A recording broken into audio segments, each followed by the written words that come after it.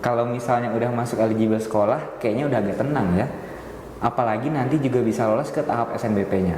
Pasti banyak tuh keuntungan yang bakal kita dapat. Di video kali ini kita bakal membahas keuntungan apa aja yang kita terima apabila kita lolos di tahap SNBP.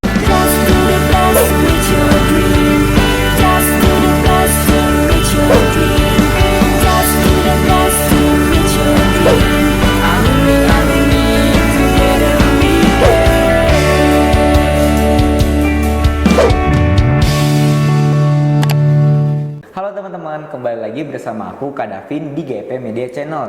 Nah, di video kali ini kita akan membahas mengenai apa aja sih keuntungan dan manfaat yang bakal kita terima dan bakal kita rasain apabila kita itu lolos di tahap SNBP.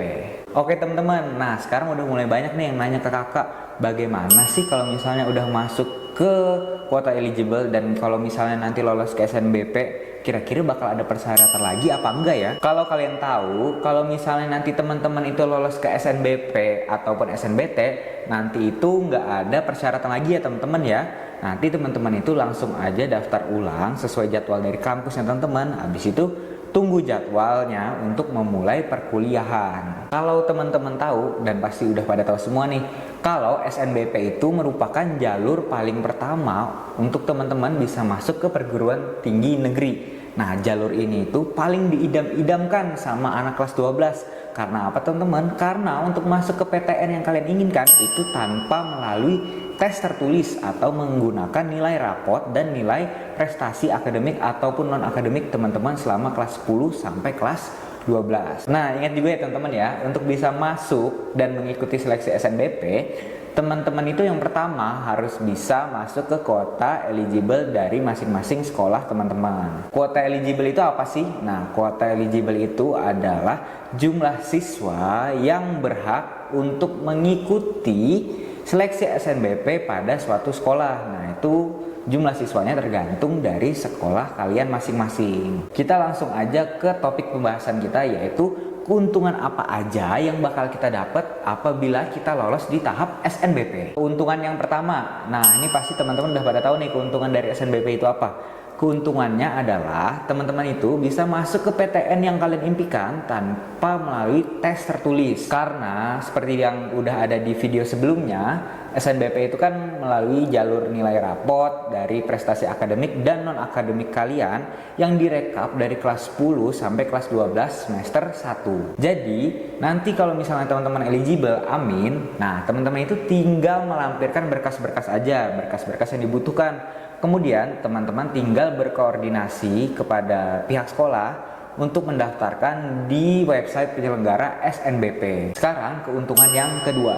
Keuntungannya adalah karena SNBP ini merupakan jalur pertama, pasti untuk teman-teman yang terima SNBP mempunyai waktu longgar yang lebih banyak atau waktu luang yang lebih banyak dibandingin teman-teman kalian. Nah, ini kayak pengalaman pribadi saya waktu dulu di tahun 2019 pada saat SNMPTN, saya itu diterima SNMPTN di UNES dan pengumumannya itu pada bulan Maret. Nah, jadi bulan Maret sampai bulan Agustus menuju perkuliahan. Nah, jadi waktu luang itu saya manfaatkan untuk menambah pengetahuan mengenai jurusan dan PTN yang saya pilih, biar nanti waktu kita mulai perkuliahan itu nggak terlalu kaget. Sekarang ke keuntungan yang ketiga.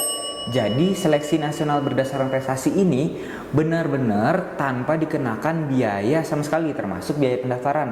Jadi kalau misalnya teman-teman udah keterima, nanti tinggal masukin berkas dan tinggal nunggu pengumuman aja tuh kapan kalian bisa diterima, dan kalau misalnya udah keterima, kapan kalian akan masuk ke perkuliahannya. Tapi karena SNBP ini paling diidam-idamkan anak kelas 12, berarti persaingannya itu pasti ketat banget. Karena SNBP ini persaingannya tidak hanya individu, tapi juga satu sekolahan. Bahkan sekolah-sekolah terbaik se-Indonesia yang mendaftarkan untuk berpartisipasi di kegiatan SNBP ini banyak banget teman-teman. Sedangkan kuota yang terima hanya 20% aja.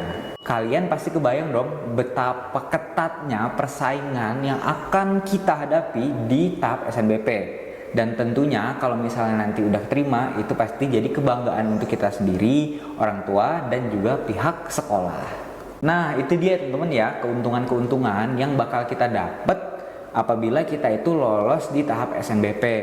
Di video selanjutnya, teman-teman mau Kak Davin ngebahas informasi tentang apa lagi nih? Jawab di kolom komentar ya. Sekian untuk video kali ini ya. Buat teman-teman yang nonton video kali ini, semoga bisa keterima di PTN yang teman-teman impikan. Cukup sekian. Jangan lupa untuk like, komen, dan subscribe GP Media Channel. Dan ketemu lagi bersama aku, Kak Davin. Dadah!